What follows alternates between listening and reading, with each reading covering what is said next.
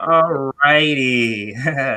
Welcome to another. Actually, this is a joint cast here. We're going to be jointly doing this live stream, the New Left, and then the Fred Hampton Network. We're jointly live streaming right now, and we may have a few more people that join us.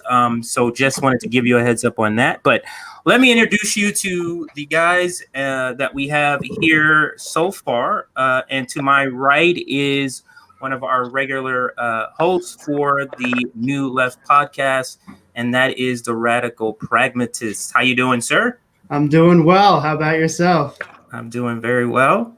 And then right below him is Rutile. How are you doing, Rutile? Holding things together. It's hot out, but the AC still works. So yeah, that's a good thing because it's hot over here too. And then right below me, happy to see him. Haven't had him on any of the shows in a little while, so happy to see him here. And that is, a lot of you know him as Jay or Apollo on Twitter. And how are you doing, Apollo? I'm good, Jay. How are you? I'm good, sir. Thank you. All right. So, like I said, we're going to have a couple of people that might jump in. So if you see somebody's pop in, it's not unexpected. We do expect a couple of people to join us. But we do have a couple of topics we wanted to kind of discuss today. We first wanted to, of course, we're going to talk about the reaction to the March for Medicare for All.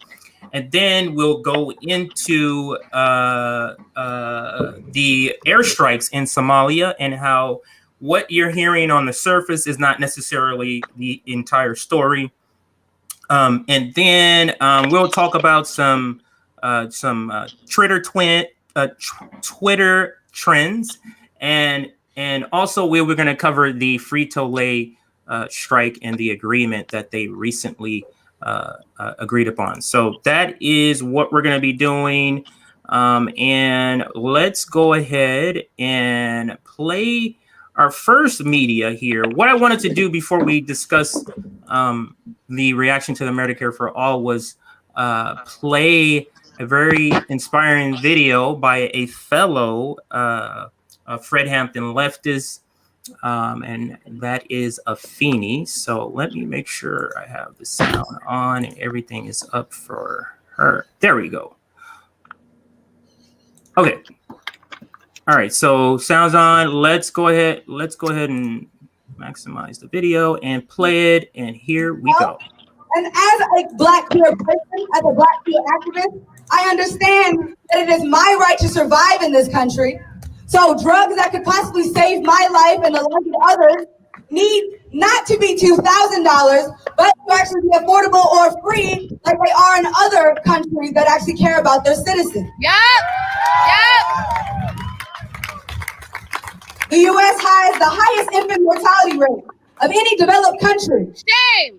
And guess what? Black women are 3 times more likely than white women to die on delivery tables while they deliver their babies. So guess whose babies are dying in this country? Black babies. Disproportionately. Guess whose children can never get to see the light of day, or guess who are getting raised without mothers? Our babies, because our healthcare system does not care enough to actually be anti-bias and to actually give us the healthcare that we need when we say that we're in pain. Yep. Talk about it. Our taxes fund abuse and bombing of innocent children in other countries, the destruction of our own finite planet, and it also funds all of these millionaires and billionaires' pockets who have health care that continuously tell us not to fight for it. That is where our taxes go. Fuck that. I am no longer paying for people's health care that do not care enough about my life to fucking defund the police. I do not care to fucking give you my tax dollars if you are not actually going to fund Black education. Hello. If you're not going to divest from the military, Yes. because goddamn it, they just got 25 billion fucking more dollars on top of $743 billion that they already had to destroy countries and disrupt governments that we do not fucking agree with. but we don't have health care. But we're asking for too much, for demanding our goddamn human right to live. Not to survive, but to thrive in the richest motherfucking country in the world.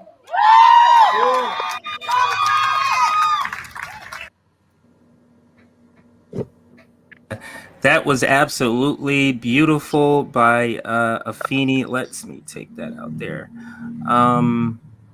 Yeah, guys. Oh, I gotta unshare this video. Okay, so what I wanted to do was kind of give everybody a chance to kind of react to, because a lot of us went. A lot of us went, not all of us. So, but you who did not go still can react to what you saw if you participated at home, because you could have participated at home just with solidarity. So let's stop sharing there. All right, and we're also joined by Novi. How are you doing, ma'am? How are you doing? Doing good. We do not have AC in the apartment apart from a wall AC unit. Uh-oh. Is it hot there then? Is it real hot? Yeah. But you know what? It's been like this since we moved in. We're literally waiting until it is dry enough to fix the thing on the top of the building in order for the AC to work. So, but thanks to all the rain due to climate change, it's making it very, very hard to get that done. Yeah.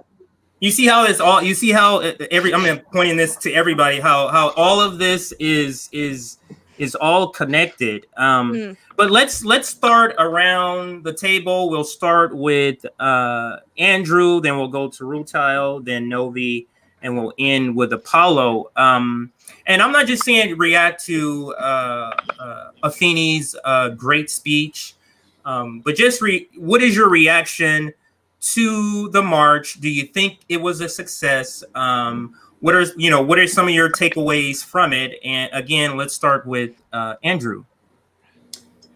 Yeah, so I think my overall take on the march is I think for the most part it was a big success. We were able to get marches, and I think it was around 50 cities. And I will say, particularly with the Boston one, I think what's really great, and I'd be interested to hear about other people's marches in their respective cities, but we really developed a network of people, I think, who beyond the march are ready to continue direct action in order to get Medicare for all, right? I'm part of a group now on Twitter now from Boston who is now already talking about next steps, right? When it comes to which politicians are we going to really start pressuring now within Massachusetts and also outside on the federal level as well. And we've already started drafting letters to particular politicians as well, who are holding up the bill, particularly in Massachusetts. So what I think is really great is, a lot of these marches, at least from what I've seen, I'm not talking about Medicare for all, I'm talking about general marches in general. It's a march and then there's nothing really that happens next, right? And I think at least what I'm seeing on my end here in Boston is that we now have a network of people who we now are connecting with and talking about next steps and how to continue the process of advocating for Medicare for all. And I think that is great. And, I'm starting to see it also happening in other places as well. I know a bunch of people were speaking outside of AOC's office in New York. So that is encouraging to me. And I really hope that continues, because I think the biggest takeaway is you now have a network of people to continue to do these other things with as well. So, yeah. Awesome. And we'll go to who did I say? Rutile. Yeah, Rutile. What is your reaction to any part of the march? What are your takeaways? How do you see it moving forward? Well, first off, I gotta say that video clip was absolutely amazing. Just incredibly well said. Yeah, Afeni's great. Love her. Yeah, and I was online the whole day that day and the next day. Very interestingly, according to Facebook, it never happened. I saw nothing on Facebook about it. It wasn't until I got on Twitter and saw specifically people who were interacting with the marches, people who were at the marches or filming the marches, than I saw anything on social media at all. It's just very clearly algorithmically suppressed. But as far as pushing for next steps go, HR 1976 is the Medicare for All Act of 2021. If you want to harass your lawmakers about it, it was introduced by Pramila Jayapal, and it's in 7 different committees right now. So almost no matter who represents you, it's probably in a committee that's represented by you. If you want, and I love the idea that people are getting together, people are networking, people are organizing locally. That's how you that's how you keep momentum once you've built it. You can build that mutual aid network, whether that's the same faces showing up at the same politician's office every month or two. They'll get to know you, they'll respect you. Exactly. Yeah. Or if it's even just a community mutual aid with your health resources that you can gather, just a tent with Narcan alone can help save lives. Absolutely. Thank you, Rutal. And now let's go to Novi, then Apollo. What was, same question? What was your reaction to the march? To the reaction to the march online? What are your thoughts moving forward for the march? Novi. We did not have a march here in Louisiana. There was no presence. There was no coverage of it on local or national media. The only way to know what was going on was Twitter, which is incredibly infuriating. I feel like in other states, people were really picking up. They were really showing what we need to do. But unfortunately, the leftist groups here in Louisiana are somewhat underground. And they're also focused on things that are a little different. Like, they do focus on Medicare for all, but they're really, really focused on Indian prison labor, which is a major concern here, and climate change. So I really feel like we should have stepped up and been involved in this. Because what do you think? Important. Why do you think Louisiana wasn't able to organize?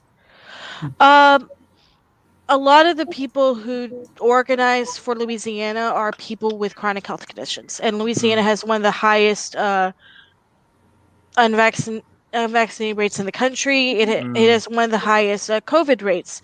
So it's simply a case of danger. Also, protests. Is it worse in Baton Rouge, where you are also, like, as far as the infection rate? It's very bad in Baton Rouge. We basically had our 3rd highest date of COVID infections since the start of the pandemic last week. So a lot of organization right now is participating online, and it's going through mutual aid through neighborhoods. So we're just not going to have marches. Another thing we noticed last year is that when we did marches, people were having to monitor things and be very careful because the police came down especially hard, especially on those that they would consider to be immigrants of any kind. So there was safety concerns as well. So instead, what a lot of people are doing, they're creating mutual aid networks, which have been very effective, and they are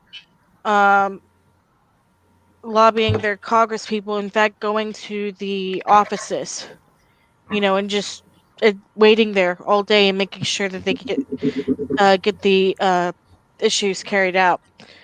So stuff is still happening. It's just we can't do the marches like we normally would do, because between the storms that are causing flooding, the high COVID rate, and the way the police are behaving here in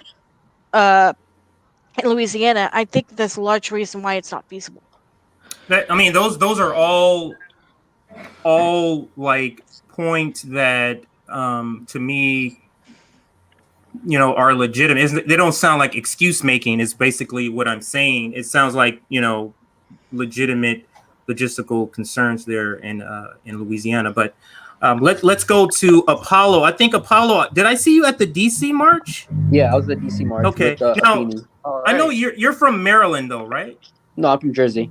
from Jersey. Okay, and so that's how what. See, I'm from Cali, so I have no perspective on like how like what's the distance? Like how is that a far drive or? Not really. I mean, it's like about a 3-hour drive, so it wasn't that big of a deal. Okay, you know. okay. For me, that's like driving.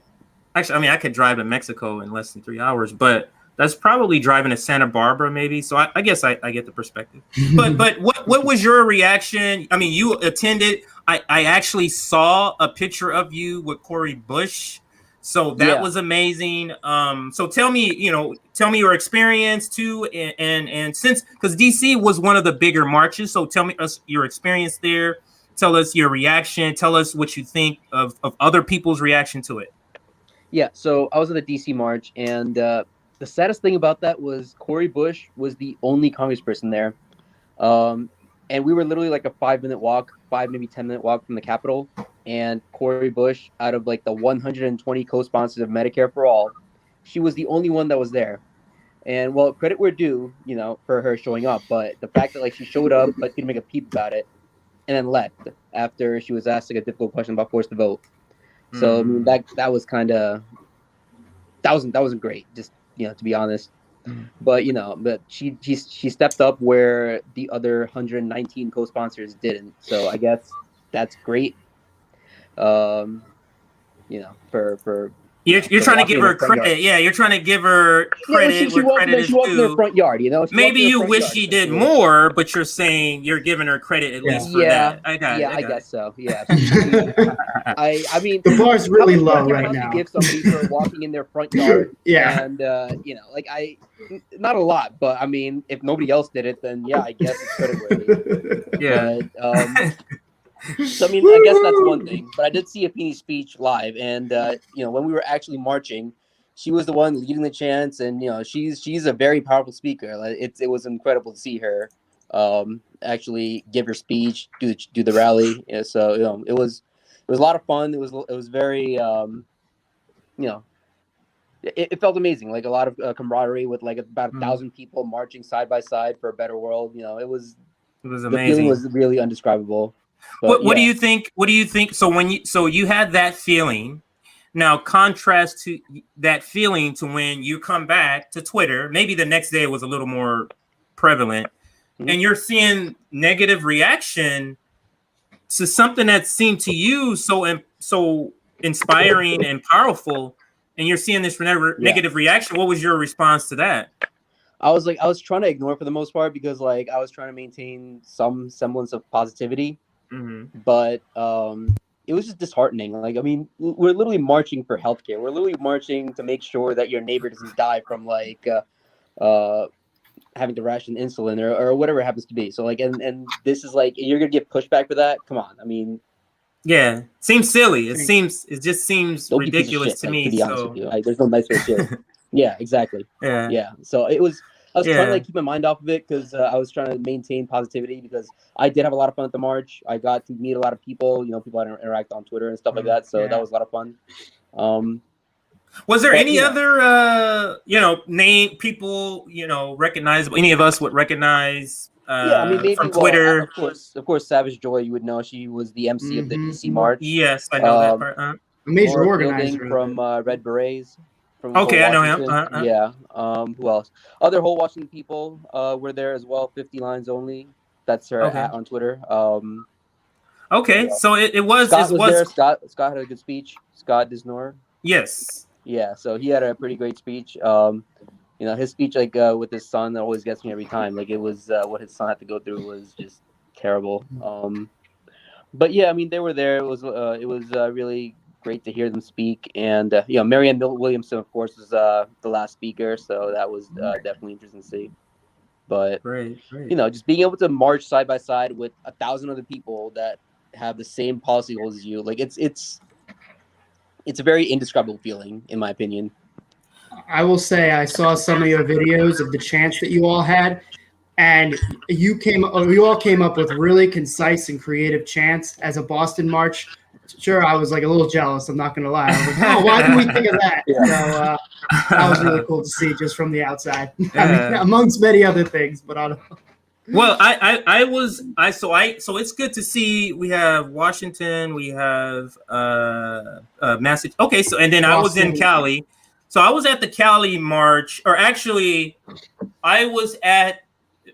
So I wasn't walking with them. I stayed with the where the location was, where the speakers were, where the band was, where all of the booths were set up, and I interviewed, the different people like California, which is an organization that's trying to get Medicare for all state level in California.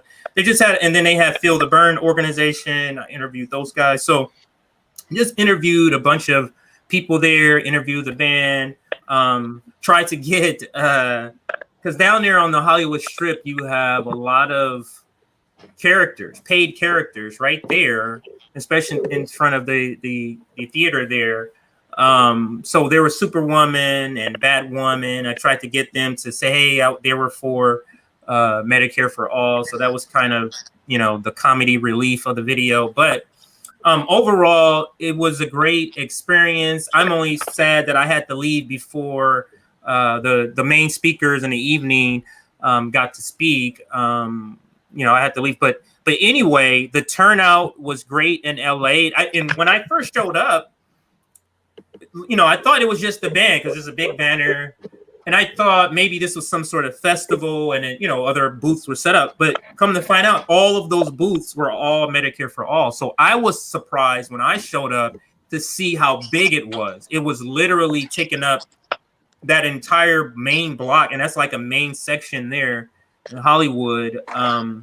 So that was great to see. And, seeing the videos, it ended well. And I'm kind of like Apollo. When I heard some of the negativity, I just didn't pay attention to it. Just didn't pay attention to some of the negativity about the march. And it's just bizarre that you're making fun of people trying to get health care for you also. Like, you're making fun of them, but we want you to have health care too. So let's actually move to the next story. And we wanted to cover this important story, the Somalia story about the airstrikes. So the Biden administration recently dropped some bombs in Somalia. So we wanted to cover that for our audience because it's very, very important. And so what I want to do is play this video clip first, and then I'm going to read a story or a news article to you also. So let's play this clip first. The United States has carried out an airstrike in Somalia, targeting al-Shabaab militants. This is the first strike in the country since U.S. President Joe Biden took office. The Pentagon, in a statement, said the strike took place near Galkayo in north-central Somalia. Al-Shabaab's campaign of bombings and gun attacks has targeted military bases and civilian infrastructure in both Somalia and other countries in the region. In Somalia, the Al-Qaeda-linked insurgent group is seeking to overhaul the government and establish its own rule based on its strict interpretation of Islamic Sharia law. Let's cross to Mohammed Khayer in for this. Mohammed, thank you so much for joining us. It seems that President Biden is picking up from where his predecessors left off. Give us more details about this particular airstrike in Galkayo. Well, that is correct, Lindy. U.S. Pentagon, the Defense Department, the Pentagon has confirmed that it has carried out an airstrike against armed group Al-Shabaab, the first since President Joe Biden came to office. And this time around, the airstrike targeted Al-Shabaab militants in central state of Galmudug, near the city of Galkayo on Tuesday. And according to Pentagon statement, the airstrike was in support of the Somali security agencies who have been conducting security operations against Al-Shabaab in that part of the country. And also a statement from the Ministry of Defense, Somalia's National Army, said that 50 Al-Shabaab fighters, including 3 figures, were killed in this attack, which happened yesterday. And this is very significant because since January 19, for the past 6 months, when these airstrikes were absent, Al-Shabaab have been trying to carry out carry an offensive attack against the Somali armed forces, mainly in the Middle Shabelle region and also in the Lower Shabelle region, which they are very strong. Now, also important to note is that the Somali security agencies carried out operation against Al-Shabaab in the past 1 month alone, since they took the operations from lead operations from AMISOM, especially in the Hiran region, where they have captured several villages controlled by the armed group Al-Shabaab, and also in the Galmudug, where the airstrikes happened, whereby Somalia's army and also the regional forces have been conducting operations. All right, I think we can stop there because the point of playing this particular clip is, hang on a second here. Let's take this out of the feed. So this organization, I think it's the CGTN Africa, which is a news organization out of Africa. That story was. Now, so there's a couple of things about the story that is unique. One, trying to find information on these airstrikes in Somalia, no mainstream media whatsoever is covering it, on, at least not on YouTube. And when you do a regular search, not a lot of them are covering it in print media also. So that was suspicious to me. So when I first viewed the video, I'm thinking, oh, they're telling me what's happening. And, always check who owns the news source. So CGTN Africa is owned by China Global, right? Now, China Global, it's a China firm that's trying to spread China influence, and they're basically regurgitating whatever the United States has told them has happened in this region for the reasons they're saying, right? So it's essentially sort of the same thing that's happening here, where you have people in high places, black faces in high places, but they're saying the things that corporations want them to say.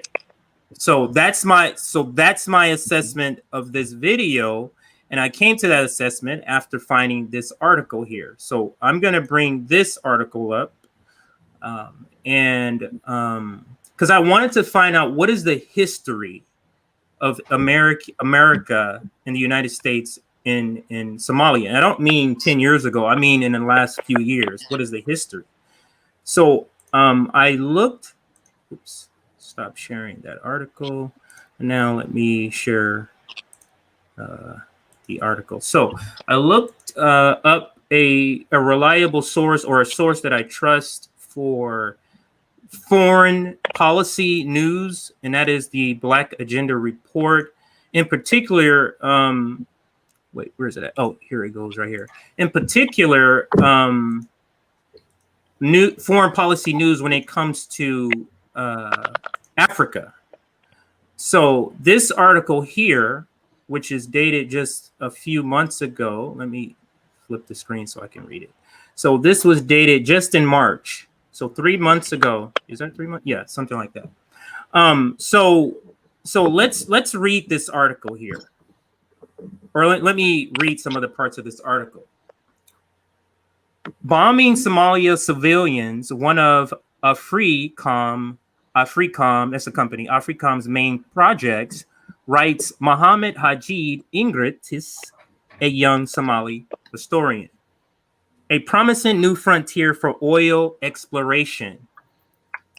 Petroleum industry analysis, calls Somalia promising, one of the best last truly unexplored oil frontiers, and major firms are keen to profit there. Shell and ExxonMobil, for example, paid Mogadishu 1.7 million in 2019 for 30-year rights to offshore blocks.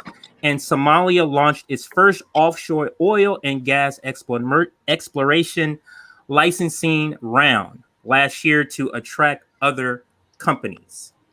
So just to set the backdrop, so basically what's happening is American capitalists or just capitalists know that Somalia is the next oil-rich frontier.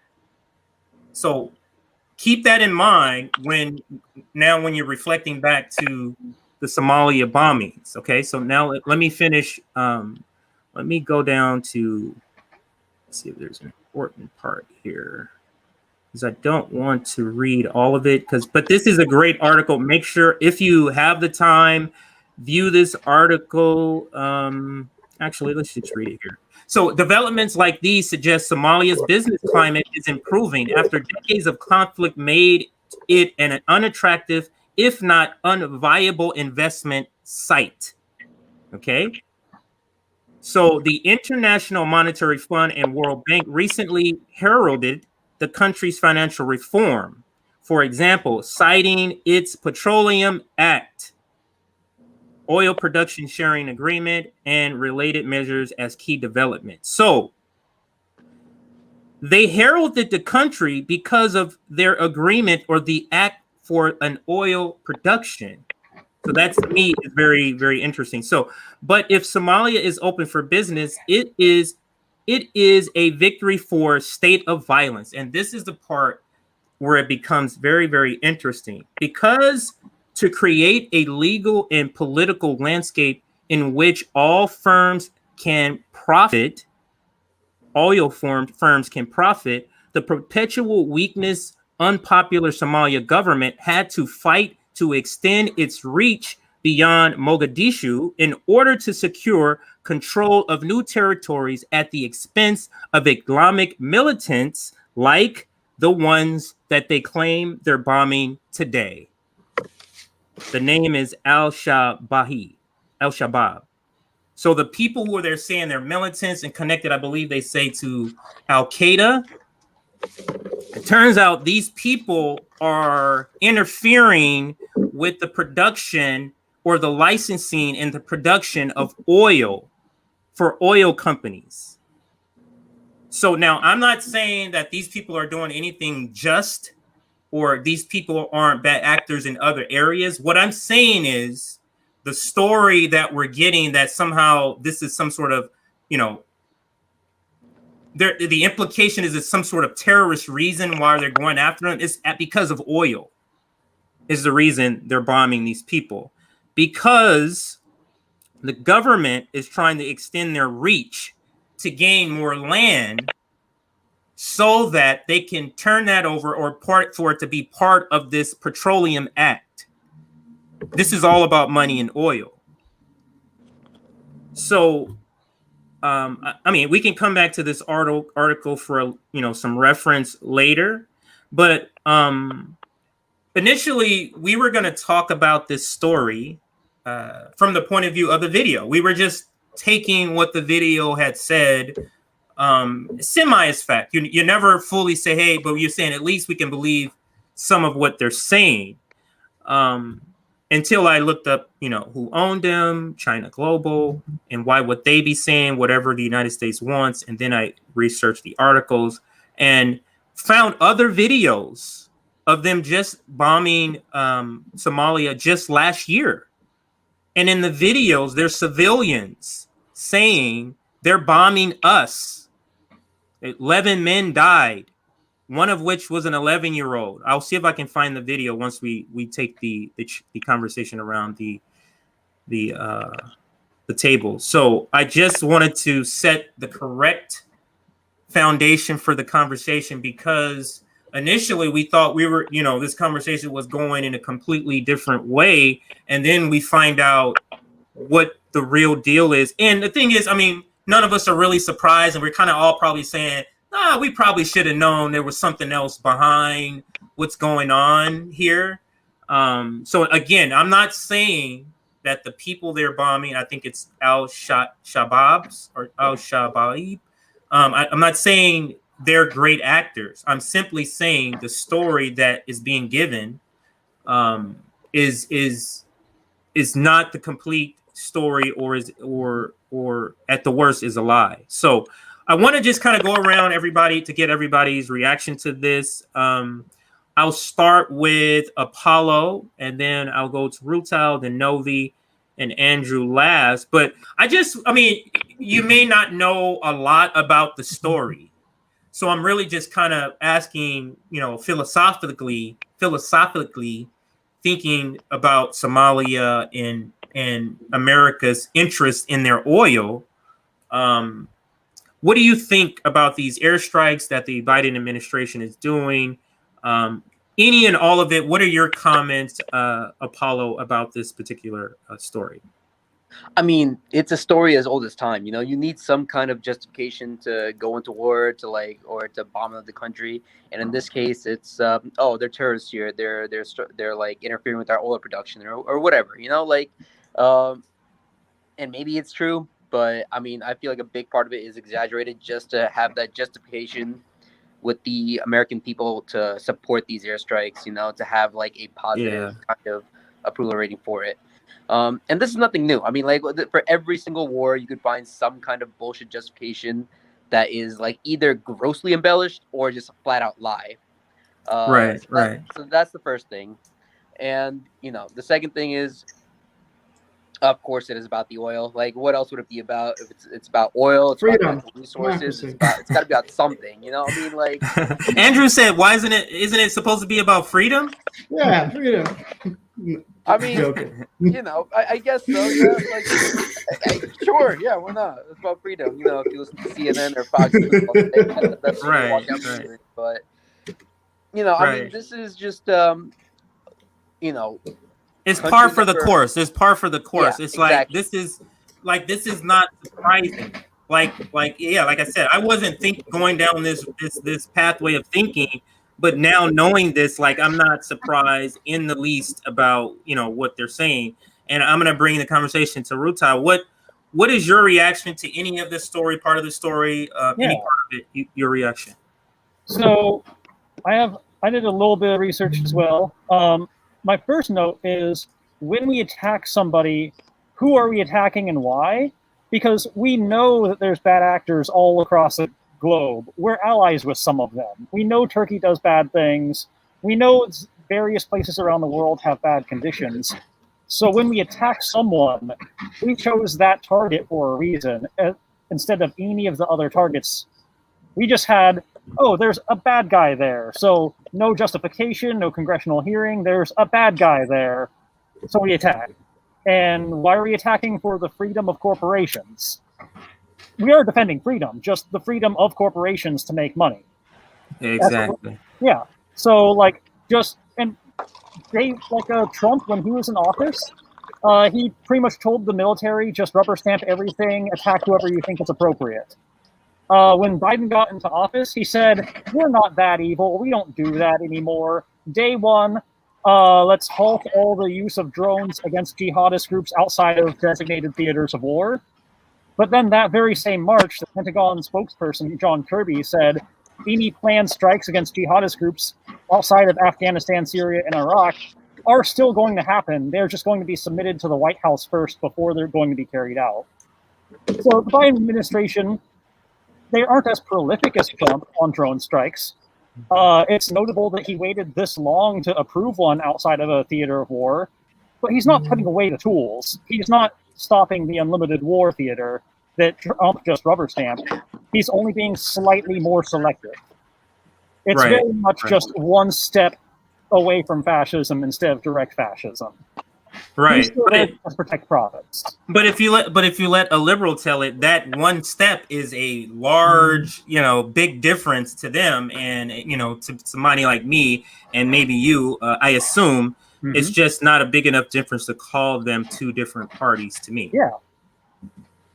Absolutely. So let's go to, I think, Novi and then Andrew next.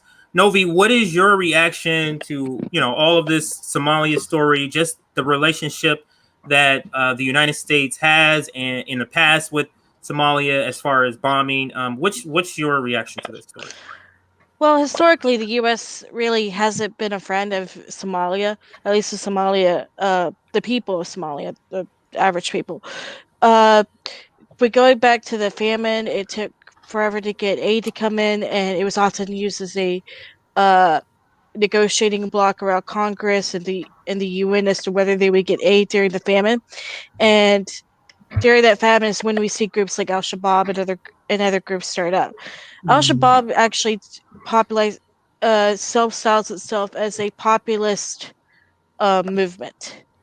Whether it is a populist movement, whether it is revolutionary, yeah, it's they've definitely done some very evil acts in the but the problem is because the US has shored up this inept and corrupt government for so long that has not been able to take care of its people because corporations are simultaneously undercutting it. Now we're seeing groups like Al Shabaab take over so much of the country. And then the US could use as justification of, oh, well, now we're going to go and blow up stuff. Here, thanks, we didn't use solid. And the thing is, no matter how precise a drone strike would be, even if it wasn't evil, they say that a drone strike is so precise that you're much less likely to have civilian casualties. You're still going to have civilian casualties. There's just no way around it. And drone strikes are evil, if for no other reason that it separates people from the actual victim, and it makes it away from where you don't have to confront your own mortality and your own ethics involved. So it's just extremely unethical, it's extremely wrong, and it's not at all surprising given the US's actions.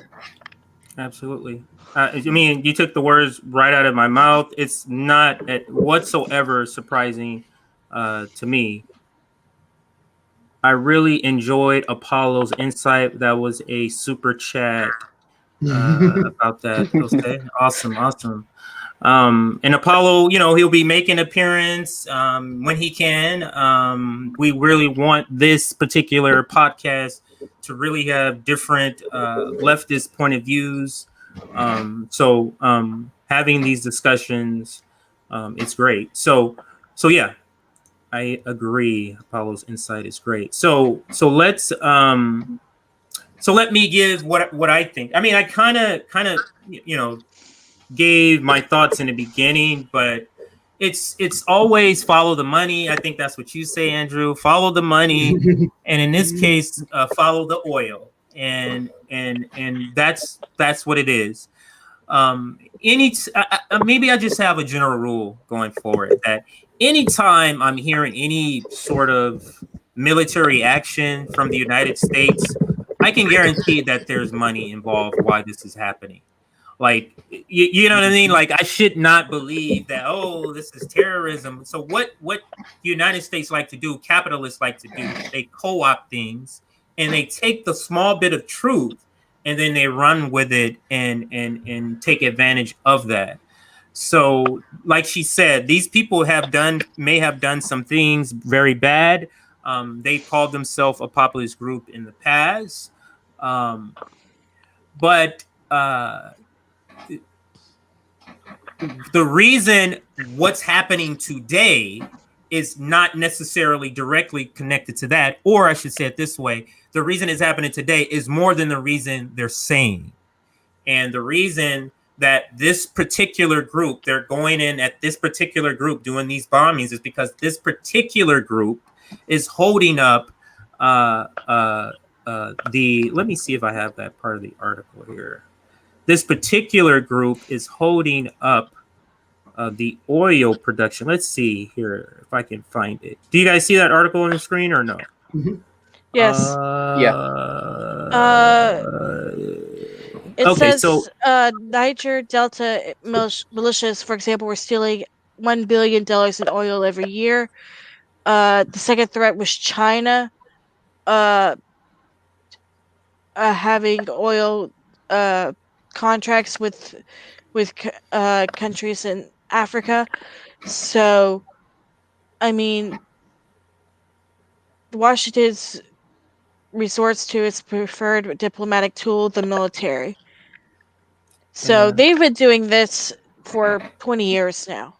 It's not new. And while when they argue about so-called humanitarianism, they freaking ignored famine, pandemics, Right. and When we decided get to to kind Cuba, of we'll blow talk more everybody about up. that too. Yeah, when we get to Yeah. Cuba, we'll talk more about that. Go ahead, whoever was going to speak. Yeah, well, I was just going to say, I mean, I think I just pulled up, and this is a survey from 2014. I think there are more recent surveys on this, so it might be updated. However, I don't, a global survey from around 2014 found that 24% of people thought the USA was the country that posed the greatest danger to world peace. Okay, and that's not even including people who maybe think it's up there, right? This is the most, right? And so I think we have to put that into consideration when it comes to all of the things that we are doing to all of these different countries that hardly get coverage in our country from our media, but is literally killing people and civilians over in places like Somalia right here. Since 2007, we have killed 70 to 143 civilians in Somalia.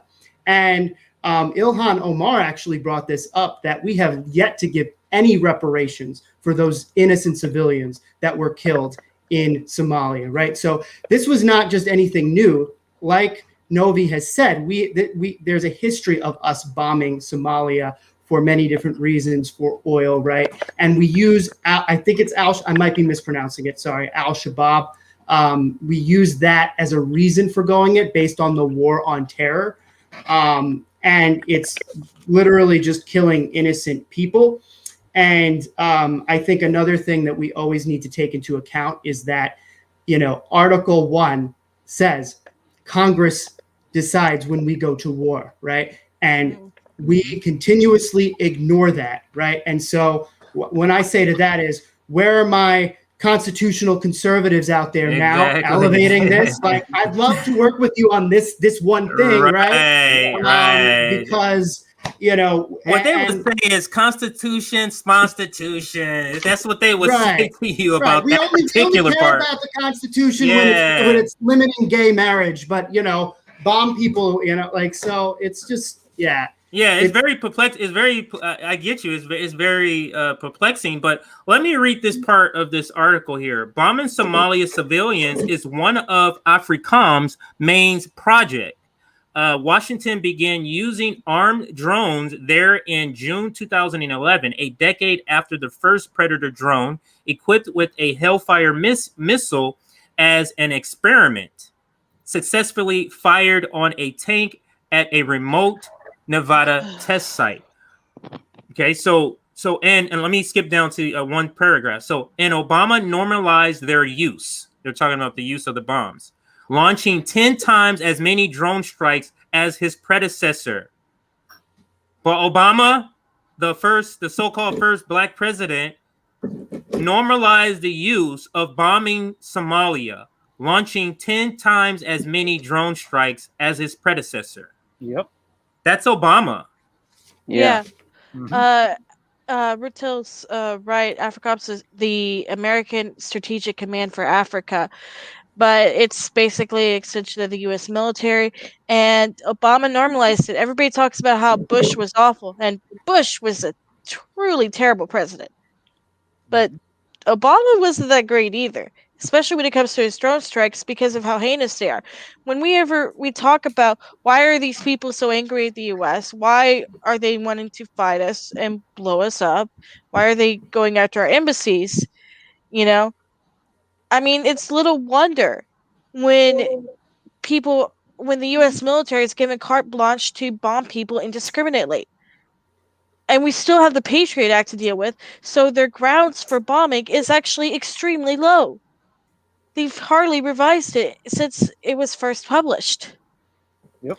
I think it's also important to point out that Trump took out basically they withdrew military from Somalia previously, shortly before Trump's term ended. And I'm not saying this to say Trump is great, but what I am saying is that just because you withdraw troops doesn't mean that we're not still going to bomb these countries, right? And I think that intersects a little bit with what's happening in Afghanistan, where people are giving Biden props because he's saying we're going to bring people back. We're going to finally get out of Afghanistan. But that does not mean that we're going to stop butting into their business and bombing them and drone striking for any type of excuse in order to have power. And I think that's one big takeaway as well, is don't fall for it when they say, oh, we're withdrawing our troops. Our imperialism's over. It's not over. And this just shows it. Only if it could be announced that way. Imperialism is over. It's just that's it. It's over, guys. Let's go home. Only if it was that easy. But yeah, my reaction. It's just terrible that the U.S. believes that, or any country that's fine with war believes that in the pursuit of war, a few civilian casualties is just, that's normal. It's okay.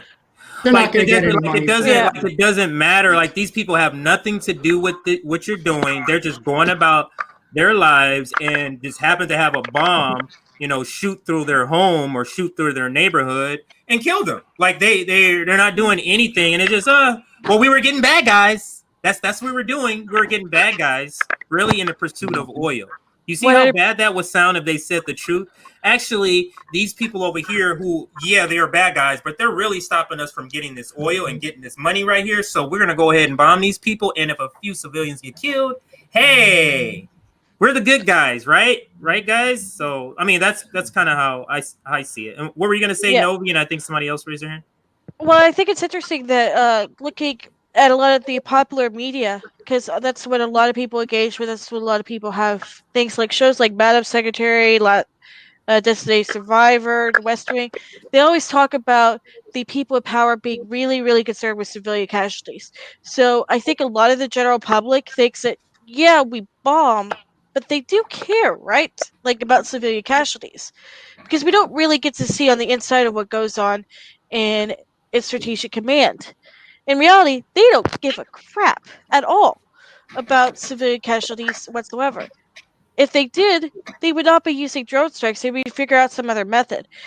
And they would at least provide reparations for the family. Absolutely. 100%. And whenever you're doing these drone strikes, whenever civilians get hurt, that's one more person to join to that cause. That is not the way you de-radicalize somebody. You de-radicalize them by talking to them. Perish the thought. Yeah, but not blowing them to smithereens and then seeing the rest of their family crying and swearing revenge. Right.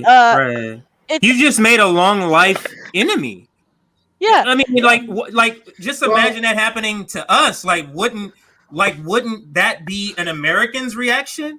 Let's go in there and, do what we do. Isn't that what we did with 9/11? Even though we went to a country that had nothing to do with it, but supposedly that was their framing. It seems weird. Go ahead. Even on a base level, with these stand your ground laws say that if you go onto my property, I'm allowed to shoot you. It's the same concept. Yes.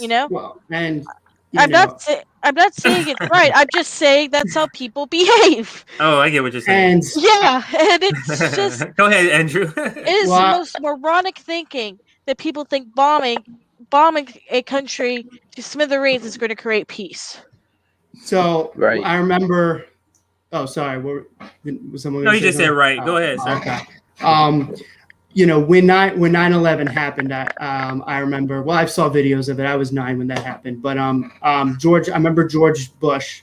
Seeing a video of George Bush saying, "People are asking, why do they hate us?" And he says they hate what they see in this chamber. And he basically says they hate that we practice freedom. I think based on this conversation, we can think of maybe other reasons why the Middle East hates us. Yes. The thing is, Andrew, there's people who really believe that rhetoric. Yes. There's people who really believe that Al-Qaeda or whoever, insert said terrorists are waking up saying they have this freedom and that's why I want to kill. Has nothing to do with that they killed their uncle, their father, their mother, their son, their daughter. Nothing to do with that. But it has to do with all these other just ridiculous, just reasons. Go ahead. I was just going to say, one of the things that I know Nick from FHL says a lot, as America is one of the most propagandized countries. Absolutely. And that I think is proof positive. on. Yeah. Proof positive. Any other comments on this topic before we move to the next one? I was just thinking in terms of propaganda, not just the TV shows, but rap music, other things like that. One of the best examples I thought of Muslims being portrayed positively with regards to terrorist attacks was there was an episode of The West Wing right after that happened, where they were explaining that Al Qaeda was like the KKK, and that they were just individuals. They weren't like every Muslim was a terrorist. But you see, that's how we get into this whole theory in the U.S. We're thinking, okay, if you don't look like me, you're a terrorist or you're suspect, or or I'm going to call the police on you because you're in the park minding your own business. It's the same thing, Novi. Yeah, it's the same thing that they do domestically to people of color. You criminalize them. That's what the whole reason for the word terrorist is, to criminalize. If you call somebody terrorist, how are you going to say you're for a terrorist? Think about that. If I call somebody a terrorist, you can't say, well, I'm for the terrorist. You can't say that. You get what I'm saying?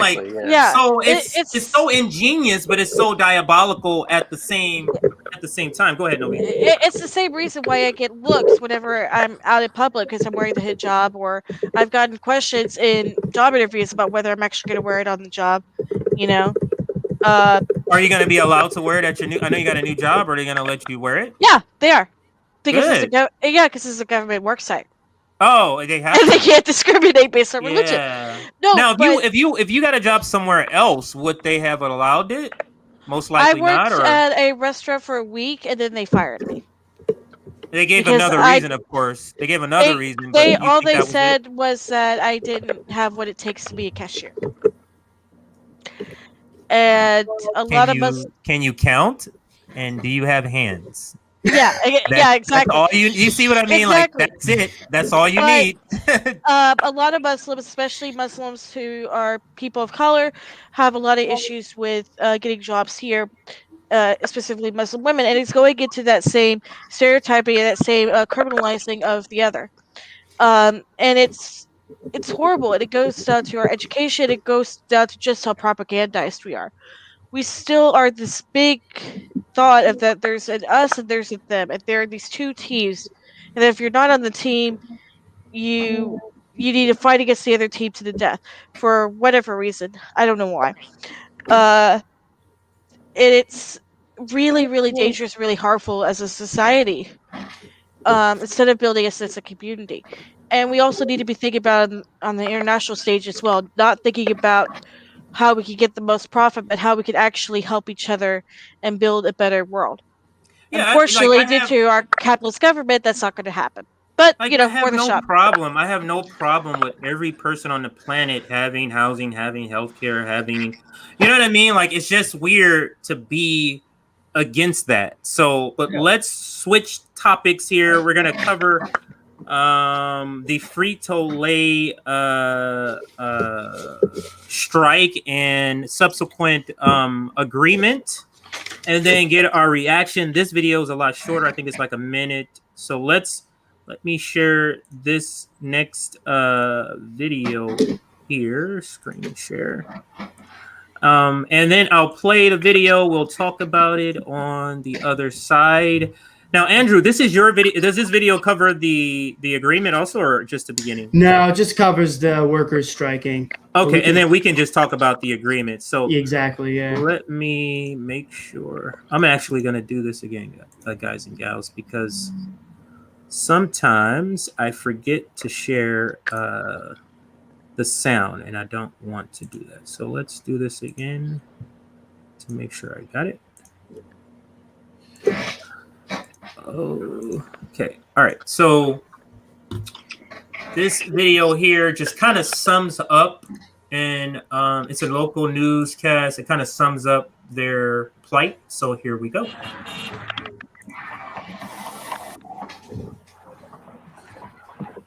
Those of us who are out here every day, it's a sacrifice we're making. What kind of company is this? Why am I just a number? I'm a human being. I'm someone's mother, child. You know, so this gets very personal for all of us out here. We have been raising for years, and at the same time, we're fighting for the community too, because the better our work environment is, the better our wages are, the more other companies have to compete with that. So they will pay their employees to compete with us. You know, it's not just a one-man show.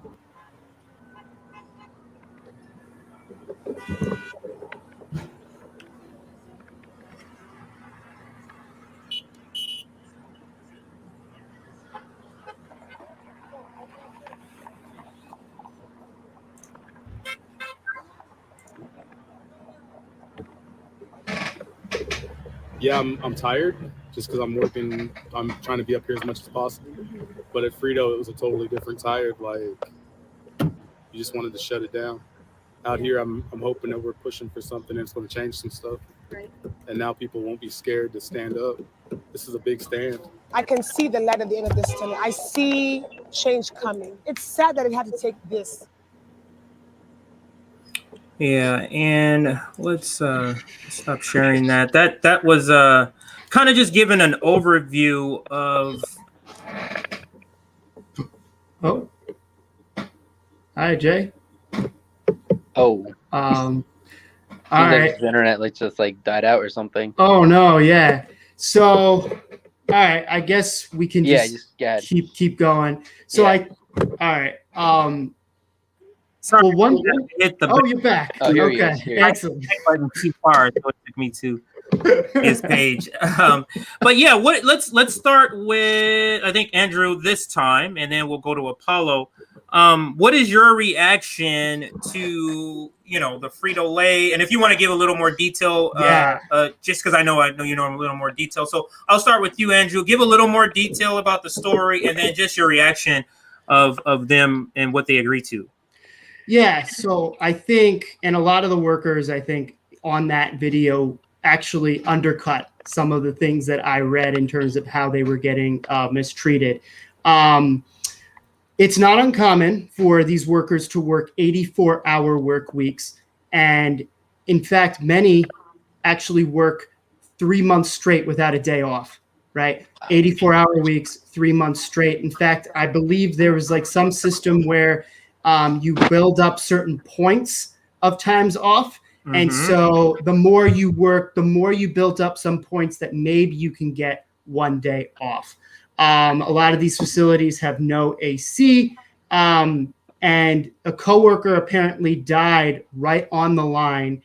And basically the company and bosses had this person's body moved to the side without stopping production, right? So this is literally triangle shirtwaist factory type of stuff that happened in the early 1900s that labor unions fought against that we're now dealing with again. And one quote that I actually read that actually really kind of hit me a little bit is one of the workers says, "It seems like I go to one funeral a year for someone who has had a heart attack at work or someone who went home and shot themselves in the head or hung themselves." So, I mean, I think it just shows how much working 84-hour weeks, not getting any pay raises for years, and literally having to work what they call suicide shifts sometimes, where you work constantly for 12 hours, you get 8 hours off, and then you go straight back to work the next day.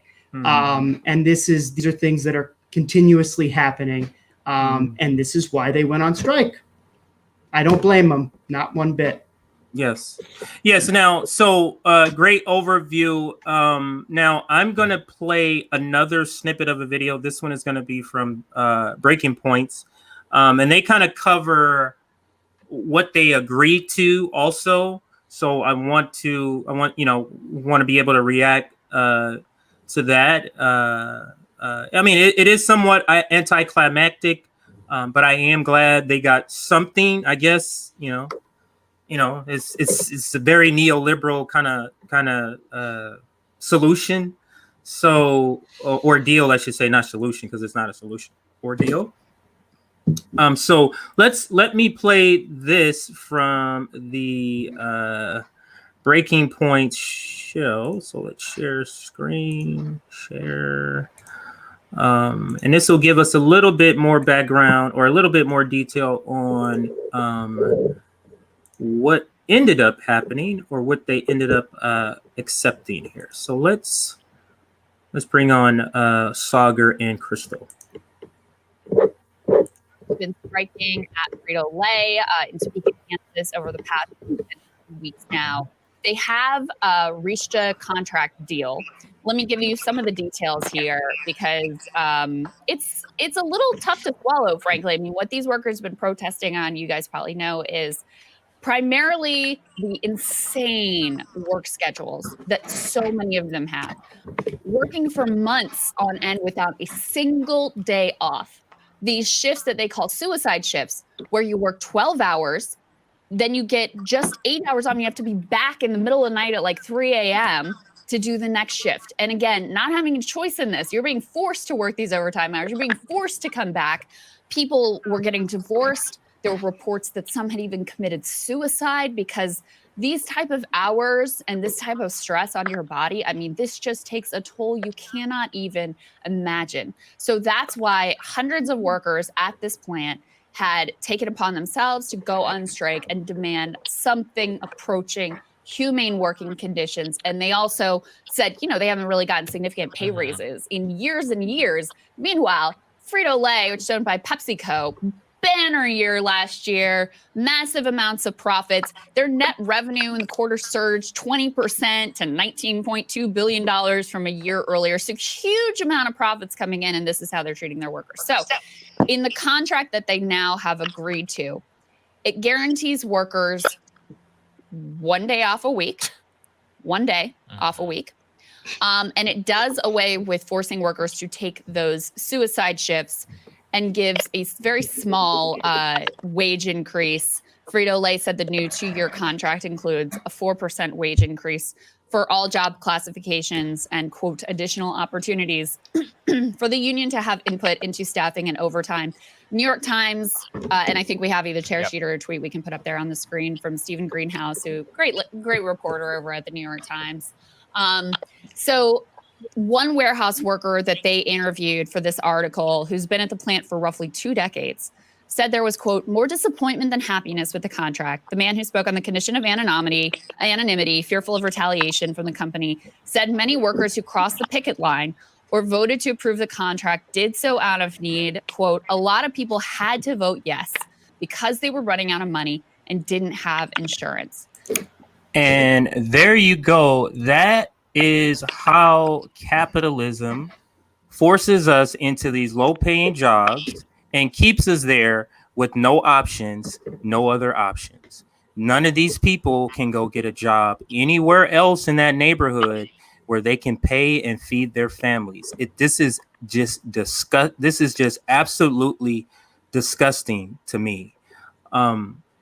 And what they agreed to, I mean, and it's the same thing. It's the squeeze. They had to, whatever we can get, we just got to agree because my kids need food because I'm living paycheck to paycheck and we've been on strike for several weeks. Like I have to get to work so that I can get some money. So they go and take, just an incremental improvement. And it's disgusting. Like why? And if you hear closely, they didn't say they got rid of the suicide shifts.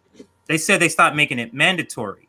I've been there. I've worked in a warehouse where they say overtime's not mandatory. And they just kind of look at you like that. And it's like, do I got to come? No, you don't got to come. What? And you're just getting, I literally had that happen to me. And I was like, no, I'm not going to be here on a weekend. They was like, oh, you're not? And I'm like, you said it's voluntary, right? Yeah, it's voluntary, but I was just like, what? So that's kind of how it's done. And the thing is, you have an option: work a suicide shift or not feed your family. Guess which one you're going to pick. And it's terrible that Americans are put into this position. So let's go around the room, go around the table, get your reaction. We're going to start with Apollo. And then we're going to go to Novi, then Rutile. So, Apollo, what do you think about Frito-Lay strike? What do you think about what they kind of were forced to have to just accept? And what do you think about the overall, just the idea that workers in the United States have to fight tooth and nail just to get any sort of livable condition at work? What are your thoughts? Yeah, so I mean, it's by design to to force you in a desperate situation just so you keep working instead of having to bargain for your rights or whatever.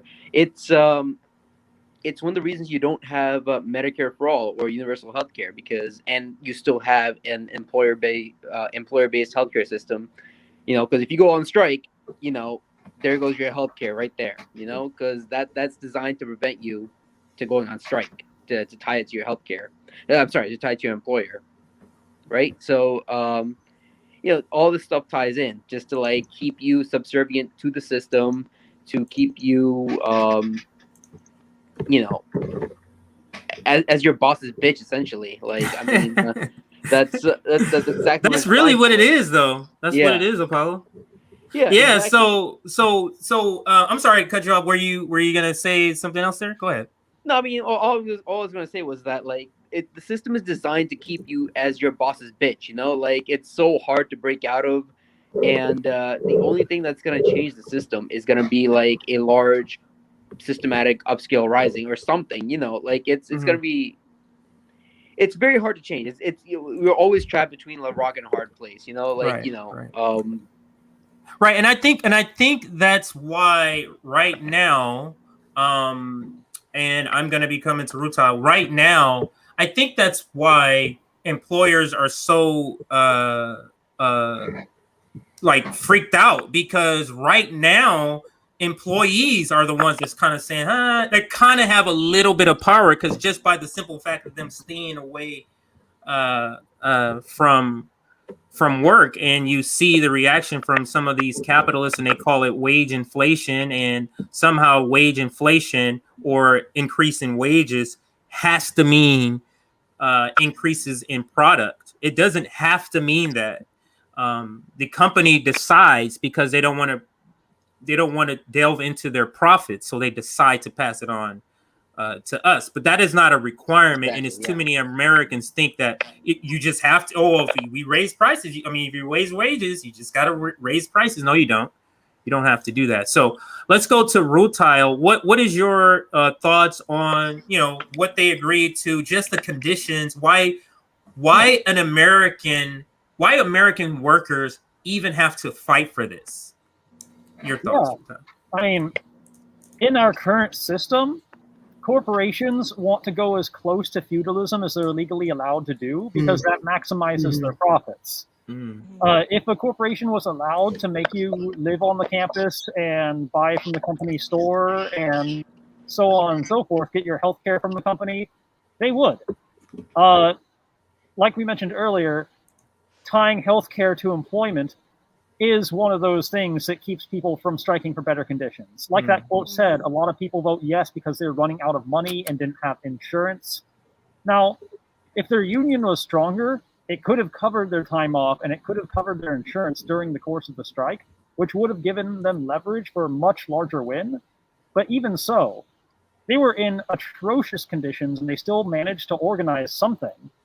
I still have to congratulate them on changing their material conditions at all under such a tyrannical management chain. Yeah, it was just terrible, Rutile. I just can't believe that Frito-Lay is putting up a fight for some of these conditions. Rutile, go ahead. Yeah. The Frito-Lay workers, it was a small victory, and it might not have been a satisfying victory, but it was one. It was a victory. They changed their material conditions through striking. They proved that it does work, even under the most tyrannical bosses, and even under a situation where your union can't cover your bills for very long. For a more powerful union that could cover your bills during the course of the strike, they could have argued for far more than 4% over the next 2 years. Right. That's over 2 years. 4%. Just think of it this way: $100, 4% is $4 extra over 2 years. Like it's so ridiculous. What was somebody were gonna chime in there? Or heard somebody speak? I mean, I was just gonna say some of these departments I was reading like had not gotten raises in like 15 to 20 years too, right? And I think when we talk about why people are the middle class is depleting, people are making less and less money. Well, there's many different reasons. One very straightforward way is people are not getting raises anymore at all. They're staying stagnant while prices around them are rising.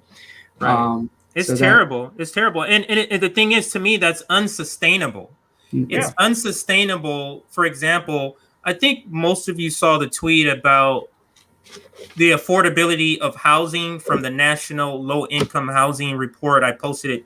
If you didn't see it, it's fine. But basically, they have suppressed wages for so long. I think I said this earlier in an earlier episode today. They've suppressed wages so long that the gap now from where it should be is so huge that it's like we could never make this huge step, because in places where they're getting paid $7.25, where the minimum wage should be $25, let's say, look how much of a jump that has to happen. So it's almost like it's never, you know what I mean? It's never going to jump $18 or whatever it is, $17 and some change. It's never just going to jump like that. And because they did that, they created this chasm, but inflation still keeps going up. Prices still going up. Like, this is unsustainable. If there's not going to be a huge wage increase, like I'm talking like $10, $15, it's like, how are we going to afford these items? Like, everything will be financed. Our toothbrush, toothpaste, like milk, water, we'll have to finance everything because the pricing is just so out of whack, and wages are still being suppressed. So just think about this. Go ahead. If you have a savings account at a bank, 2% interest just matches inflation, just barely, according to most years. If you aren't giving raises every year, you're making a 2% savings on the cost of your labor every single year that they're just taking out of your paycheck because they feel like they shouldn't peg your wages to the inflation. That's free money for the employers every single year that they don't match inflation with your wages. Exactly. And that's where we talk about it's wage theft. And I also said this earlier because I talked about the labor shortage on my show earlier. These incentives, I know I'm kind of going off on a tangent, but I think it needs to be said here. These incentives that they're giving to people trying to get them to come back to work, think about this. It's really just a PR thing because, for example, Chipotle, how many people who work at Chipotle are going to work for 4 years in order to get that tuition reimbursement? How many people are going to work at Chipotle all 4 years of their college career? Like, that's very unlikely. So they offer these incentives that very few people, and this happens to be an industry that has very high turnover. You know what I mean? So a restaurant or a hospitality industry. So it's like they offer these incentives when they know the vast majority of the people they hire is not going to take advantage of those incentives. It's just to get you through the door. And this is the reason why I tell workers, say no to incentives. I almost want to say no to healthcare, but say no to incentives, because the wage is what you need. You need something to sustain you. Rent is monthly. Your rent is not a one-time thing. Every bill is monthly. So reject incentives. Like, you go into an interview and you say, hey, because right now workers have power. Hey, those incentives sound nice. Could you take those incentives back and translate that into a wage increase? Is that doable? And see what their reaction is. I know I went off on a tangent, but let's go to, did we go to everybody, or Andrew, you're the last? Novi was the last person. So let's go to Novi. So Novi, you can comment on what I just said, because I know I went off on a tangent. Or you can, the original topic, which is the Frito-Lay strike. What do you think? What they accepted, the 1 day off guarantee, the no forced suicide shifts. What do you think of that whole thing, Novi? That's It's a victory, but it's not a very large one, and it's very frustrating. One of the things that concerns me is that factories, due to their very nature, are hotbeds for COVID, and because of these forced suicide ships, it's very unlikely that many of those workers are vaccinated. Which I'm not. Let's just forget about the food going on to the consumer. That means that people being in such close proximity for so long, we're not just talking about suicide rates. We're seeing a high rate of people getting sick, very, very sick from COVID. And we also have this variant that's coming out, that is far more, that is, Contagious. yeah, that's what I was trying to think. It's highly more contagious. So I think that's maybe one of the reasons why they did the day off is so that people could get a vaccine. I mean, it could possibly be tied to it. But the no forced suicide shifts doesn't mean that they're not going to still do that. It doesn't mean they're not going to still have the point system. Exactly. Heck, my new job has the thing where you can work some Saturdays and then you could earn paid time off in order to take a day off work if you needed to. You know? Which is a good perk, but these workers over here in the Frito-Lay plant, and does anybody know what state that is? I'm blanking out. Kansas. Topeka, Kansas. Yeah, it's in Kansas. Uh-huh. And yeah, my job's in a better condition, but I'm saying that system still remains, and they're still going to have that point system, and they're still going to have the option to do suicide shifts. Right. So I'm not sure how much of their conditions are going to change down the road once the news coverage dies down. Exactly. Like, and this is a small town, and they're just taking advantage of them. It's disgusting to me. Like, why do you want to make them work suicide? Like are chips? Are people really looking for chips like this, Andrew? Like, are Doritos really like making people crazy where people have to work these shifts to get these chips out? Like, it's really that serious? So as someone who eats at the most chips of someone who I know, the answer is no, we don't need it that much. There are plenty in bulk. So right. And there's plenty that there's so much that some expire. If you go to some of these local liquor stores, like some of the chips expire, they've been sitting on the shelves. There's probably too many that's out there. Quick note, in order to save money, the expiration date doesn't actually mean anything. The expiration date actually means when it's going to be the freshest buy. And they put that date as close to as possible in order to get you to buy more things. And once it gets close to the expiration date, guess what happens? Price goes down. Right. So that's why. Yeah, because I've been at supermarket locations where it's like reduced price, and then it's like, but it expires in like a day. Like, it's like, no, I have to cook this today. I didn't really plan on cooking this today. I was buying this for later. Yeah, but yeah, it's kind of like, you gotta buy this, but you gotta cook it today. It's still fine. Trust me. My husband worked at a grocery store before the pandemic, and he lost his job.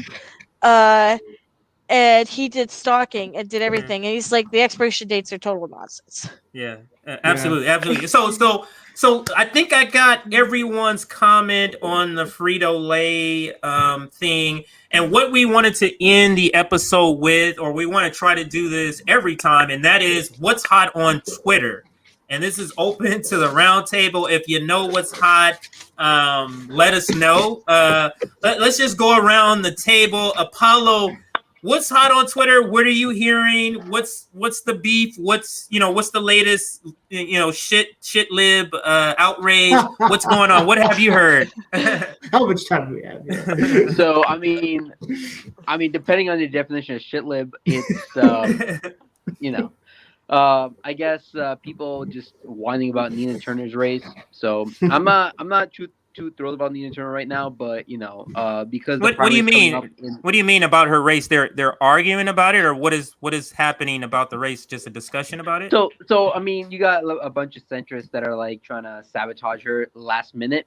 So Chuck Schumer was trying to call some kind of last minute meeting in the Senate because Bernie was supposed to campaign for her this weekend. and Chuck Schumer called some kind of meeting in the Senate or something like that this weekend to prevent him from campaigning for her. I don't even like Nina Turner that much anymore, because that's a whole. I know why. Story, yeah, I know why. Yeah, we'll cover her another okay. day. That's a separate story. Yeah, okay. But so I guess that's one thing right now because her primary is coming up. But that's I guess one hot thing on Twitter. The other hot thing on Twitter is more of like a lefty versus lefty infighting, and that's what we want to hear about. That's what we want to hear about. What's going on there? I don't want to give it too much attention though, because I don't want to give that fucker. Yes, I hear you. I hear you. So you shall not be named. Let's briefly touch up on it then. Yeah. Okay. So he who must not be named was trying to sabotage our Medicare for All march. All that shit's going on. So he's some kind of like. Can you give us the first initial? Can you give us the first initial? G. Yeah, G. Yeah. I think we all know. Yeah. He doesn't deserve any more attention than he already has. But what? Anything else though? What else are you hearing? Or is that kind of like the most prevalent story that's out there right now? In my circles, that's the most prevalent one. I haven't been too active in like the past couple weeks or so, but yeah, he's literally sabotaging our real world organizing. Like he got Charles Booker to back off the Medicare for All march, so like that it has real world consequences. So you can't like ignore it, but at the same time, you can't give him more oxygen than he already has. You know what I'm saying? How did he? When you say he got Charles Booker to back off, how did he do that? So it was just basically just repeating that smear over and over and over and over again. And I hesitate to repeat the smear, but basically it was that there was a Nazi that was invited to the march, which is not true at all. There was no Nazi invited. But he even after it was debunked, he still kept repeating that smear over and over and over again. And when you repeat it enough times, enough you'll believe it, and so it just becomes difficult to ignore. So he did that, and then a lot of people backed away from the march that would have initially supported it. So it is affecting real world organization, Now this person is this person an ally? No. Would you consider? No, okay. Be, but no. What, does he or she consider himself or herself a leftist? Yeah. They call themselves that. Okay. Do people in our circles, our leftist circles, call him or her a leftist? Not really. No. Okay. Definitely not.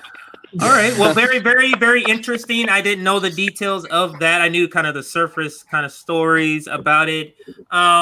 Anyone else? Andrew, Ruchild, Novi, I see your hand up. Let's go to Novi. Novi, what Twitter trends or Twitter gossip, what's hot on Twitter right now? Okay, so I don't know about you all, but I'm studying to be a archivist, and we do public works in public libraries. So we actually are really excited because we're doing research into the movements last year. So there's been a lot of debate online about how to preserve the evidence from the Black Lives Matter protests, Medicare for All, the police brutality that took place, and preserve it in such a way that the history gets told, but the cops can't come and take it as a result of the Patriot Act. So there's been a lot of debate going back and forth on how to do that, which we are excited about because we think we figured out a way in order to build secure databases for the new social media platforms, which is a really big deal. In terms of mutual aid, one of the other things that everybody's working on is building up mask stations, finding out vaccine locations, and getting this information out there to the general public, because we don't have, like I said, we don't have national organization. Really doesn't come down in Louisiana, but a lot of the organization comes out of the libraries. So the librarians are actually working together in order to get organization taking place, which is kind of cool. That is cool. That's real cool. Awesome. Yeah. I think Ruta, did you have your hand up about Twitter trends? I have a problem saying Twitter. That's why I don't say it a lot. But Twitter trends. Ruta, what do you have to say? I have something that should be on Twitter more and something that should be on Twitter less. something that should be on Twitter a lot more is that there's an eviction moratorium ending in 3 days. Absolutely. Yeah. In 3 days, you don't know how many people are going to be on the street, but the housing market will be changed. The people's living conditions will be changed. There will be, if people call the cops to evict others, like I expect them to, there could be millions on the streets. But it's algorithmically suppressed. I'm hearing almost nothing about it, aside from really quippy quotes on Twitter. Yeah, we definitely need to hear more about that on Twitter. I agree. Yeah. I'm hearing about that on my circles, because one of the things that people are doing is trying to secure lawyers to go up and help to keep people from being evicted. Wonderful. And having legal services set up at the libraries. Yeah, they're really taking serious about the whole community sitters thing, but they've been having issues with cops and judges saying that you can't basically have a legal aid department out of the library. That's their way of trying to get people not to have people have that sort of assistance or help. But for Ruta, what would you like to have less on Twitter? The shitlib takes on Cuba. I've seen those are awful. Okay, so Ruta, I'm gonna give you the floor for this. So what are some of the takes you're hearing about their takes on what's happening in Cuba? So it kind of, a lot of the shitlib frame of mind begins and ends at SOS Cuba, communist bad, Red Scare bad. Because for background for anyone who doesn't know, the U.S. blockaded Cuba for the Cuban Missile Crisis. We've had sanctions ramping up on them since the Eisenhower administration. So for 60 years, we've had a strong network of sanctions against them. In July, Biden vocally broke his campaign promise to return to the Obama-era policy of diplomatic thawing and letting the Cubans send remittances back to their families. So no more remittance. So he continued the policy that Trump started of no more remittances. So you couldn't send money back to your family in Cuba. So things were getting tough in Cuba, and there were some protests. Immediately afterwards, though, there was a number of what seemed like AstroTurf campaigns from brand new accounts all over the place. And this spurred a bunch of actual in-person protests from expats from Cuba. And so I think Biden's tough on Cuba policy is an attempt to swing Florida with the Cuban expat community. Yes. Because they've been going more towards the Republicans. But a number of Cubans took to the streets for the first time in more than 60 years to protest living conditions in Cuba. AstroTurf campaign happens. This spurs the expat campaign. And now we have news articles running nonstop about the fall of communism, people losing support of communism, turning against my God. And I've seen personally with the leftist groups that I follow, there are much larger counter-protests in support of Cuban governance and against imperial action from the U.S., but those are not covered by the news at all. No, because those aren't our interests. Those don't cover our interests. Like Ted Cruz supported Biden adding more sanctions to the island after that protest, whereas Mexico responded by sending ships with food and medical supplies. I was gonna say that right after Which is better? I love seeing that with the new president or the president of Mexico. He was like, we have to separate politics and humanity. Like I saw him, his speech. He's like, we have to separate this. Like, this is not time to put a blockade right now. Like, this is not the time for that. Like, what do sanctions do to the government?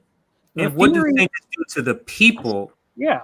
Like the theory is if you squeeze the people hard enough, they will revolt against their government. Right. But all we end up doing is squeezing the people, and then the government stays in power, nothing changes, just the people get hurt. Right. But look at what it doesn't do anything in here too. Capitalism is squeezing us, and we are telling the government we want healthcare, for example, and a living wage. Are they listening to us? So how much, you get what I'm saying? Like how much pressure can a people put on the government if the government is corrupt? If the government is basically saying we don't care what the people say, and I think they know that. Yeah. And it's terrible. And it's sort of like what we were saying about war. It's sort of like it's just a casualty of war. It's like, Yes, oh, yes, terrorism civilians were affects killed. Yeah, regular people are being starved. Regular people are not going to be able to get medicine because of our sanctions, and it's preposterous. Andrew, did you have something to say there? In response to Rutile, or No, just I mean, it just felt like you wanted to chime in on something, whatever well, yeah. it was. Yeah. I mean, I definitely have something to say in response to Rutile. I mean, I think one thing that we should talk about with regards to that is the limitations that Cuban families in America are being placed in terms of sending gifts and money to their relatives back in Cuba, right? Mm-hmm. And so if we really cared about the well-being of the Cubans citizenry there, we would be allowing them to send as much as they want. And I think the biggest thing there is that Trump actually was the one who put limits on the amount of gifts that they could send. The Democrats were in uproar. And then Chuy Garcia from Chicago just tried to, in an amendment recently, make it so that that could be that cap could go. And the Democrats in the House that's committee, I believe, voted it down before it even passed for a vote in the House. So that once again just shows how valueless the Democratic Party is when here you are in power and here you are saying Trump is terrible for doing that, and then you do the same thing. Yeah, yeah. I mean, to me, I just hope that people who aren't already seeing it like us are seeing this stuff. I just hope that somebody who didn't see this before is now understanding that this stuff is just not computing. So I think now, Andrew, we're gonna go to you. Twitter trends. Are you hearing anything on Twitter? What's hot? What's not on Twitter? Yeah. So one thing that I saw that I think really should be getting more attention than it is, but they're starting to, is obviously in Buffalo, India Walton, someone who is not shy to say that they are socialist, recently beat an incumbent. I don't know how long that incumbent was in as a mayor, but it was many, many years. It might have been as much as 10 or even more, but I don't quote me on that. I don't know the exact, but the point is she beat an establishment figure running as a socialist. Now, right now, what's happening in Buffalo is since she's won, not only has the incumbent said, let me do a write-in campaign. I'm going to do a write-in campaign. Please write me in, right? I thought we were about democratic unity, except when an establishment figure loses, all of a sudden we're like, this isn't legit. Please write me in to stay there. But I think one thing that's even bigger than that is the Buffalo Common Council, and I read this in their local news, is studying a change in the city's form of government. They're basically saying Buffalo is a really poor city, and so maybe we should change the structure of our government. I guess it has nothing to do with maybe who was running Buffalo as mayor for all these years, but no, it might be the structure of our government.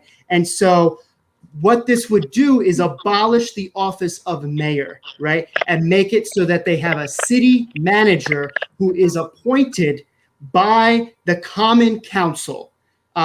So if that doesn't scream give people less power, I don't know what does. That sounds terrible. That sounds awful. Sounds terrible. That's gonna have the makings of just.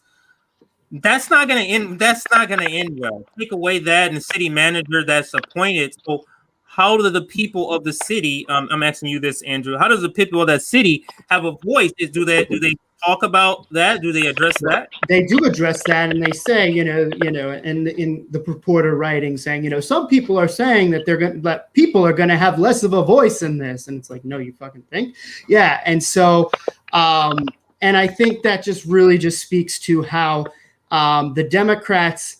It's not that they don't know how to fight; they know how to fight. It's just they really are fighting the left, right? Right. And they know how to go hard at the left.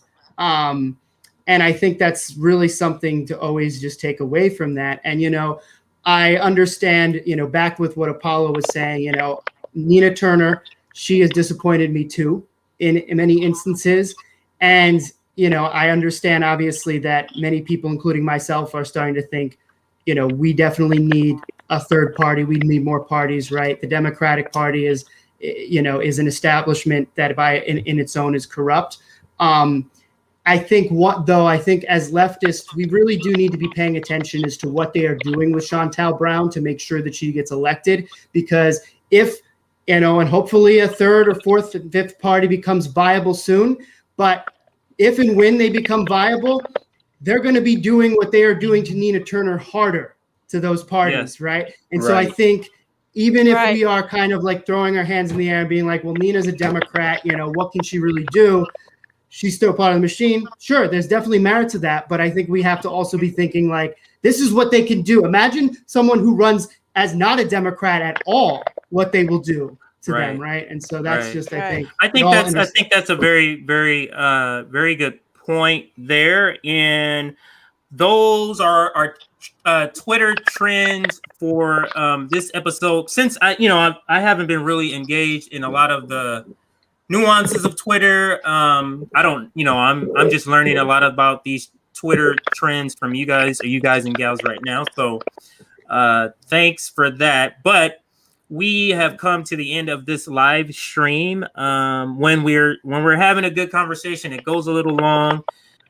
It's scheduled for an hour. But I think we kind of all know we're going to do probably an hour and a half, but we went for an hour and 40 minutes, and we probably could go more, but I'm going to end it here. Actually, sorry. I didn't look in the group chat. My bad, everybody.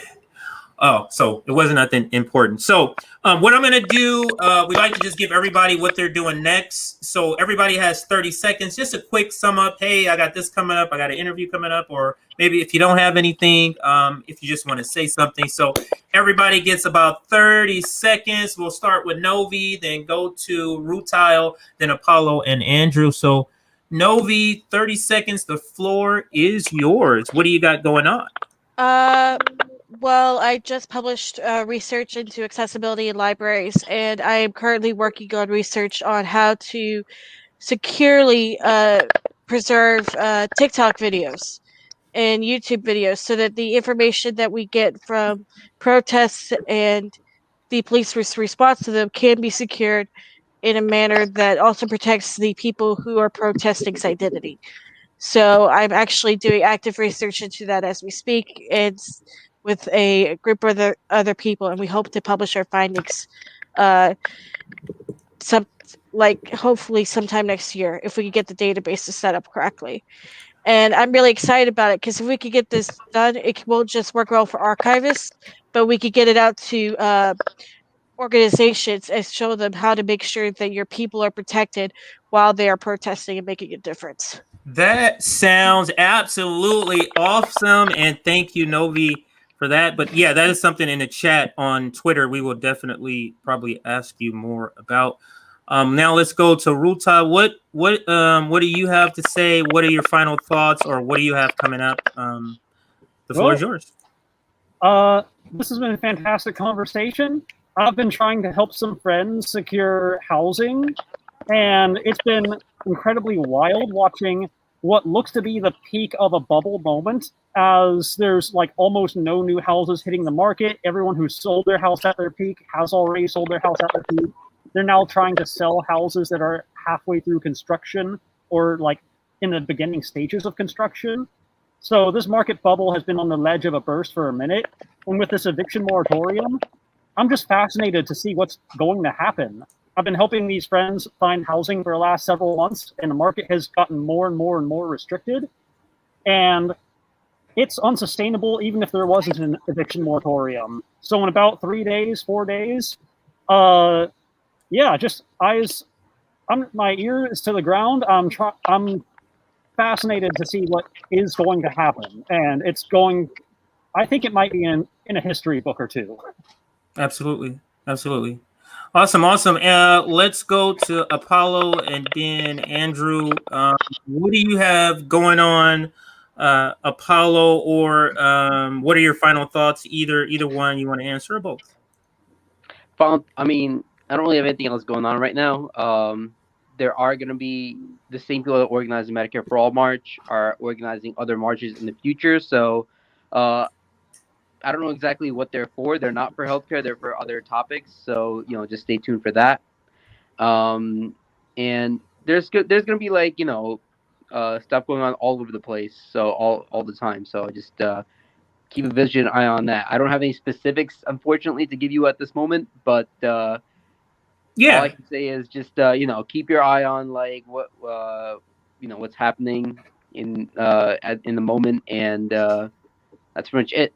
That's all I can say. Yeah, and I'm sure we'll have you on many times where you can give us an update if you have any updated information about anything. And let's go to Andrew. Whether it's your final thoughts or you got something coming up, what is your final words for this episode? Yeah, so I think the biggest thing is that we're currently the people who marched in Boston. We're currently planning additional initiatives to do, whether it's putting pressure on particular state politicians and federal politicians. We're just starting to try and be strategic with that, or whether it's protesting outside of different politicians' offices. So that's something that I'll definitely keep you updated on. And I guess my final thought is just when it comes to Frito-Lay's, they are a very powerful institution, and it's amazing. Even when we were when people were trying to boycott their goods, how easy it was for you to buy something of theirs without even knowing that it was theirs, right? And so I think that's always a final thought, is thinking about antitrust laws and how, as leftists, I think that's something we also need to be thinking of as a form of resistance, because boycotting can only take things so far. That is a very, very good point. It's like at some point, if a company buys up a bunch of companies, how are we going to how are we going to boycott? And that's interesting that you bring that particular point up, because in researching this, not researching, but in this article this story coming up, I didn't know PepsiCo owned Frito-Lay. So PepsiCo owns Frito-Lay, and that was something that I was not aware of. But Frito-Lay owns Tropicana orange juice. Yes, I bought orange juice during that, and I was like, "Oh, I didn't realize." I was just buying orange juice. Yeah, it's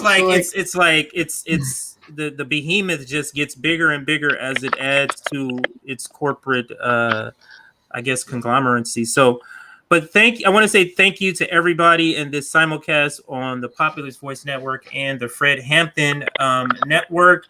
We're going to do this again next week, same time, 7:30 Eastern, 6:30 Central, 4:30 Pacific. So make sure you join us.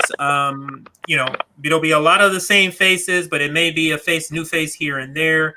But we want to bring you this type of content every week. Really good discussion about topics that mean a lot to us, to leftists, to humanity, and that's what we tried to bring to you today. So we're going to be signing off. I want to thank everybody once again, and see you guys later, next episode.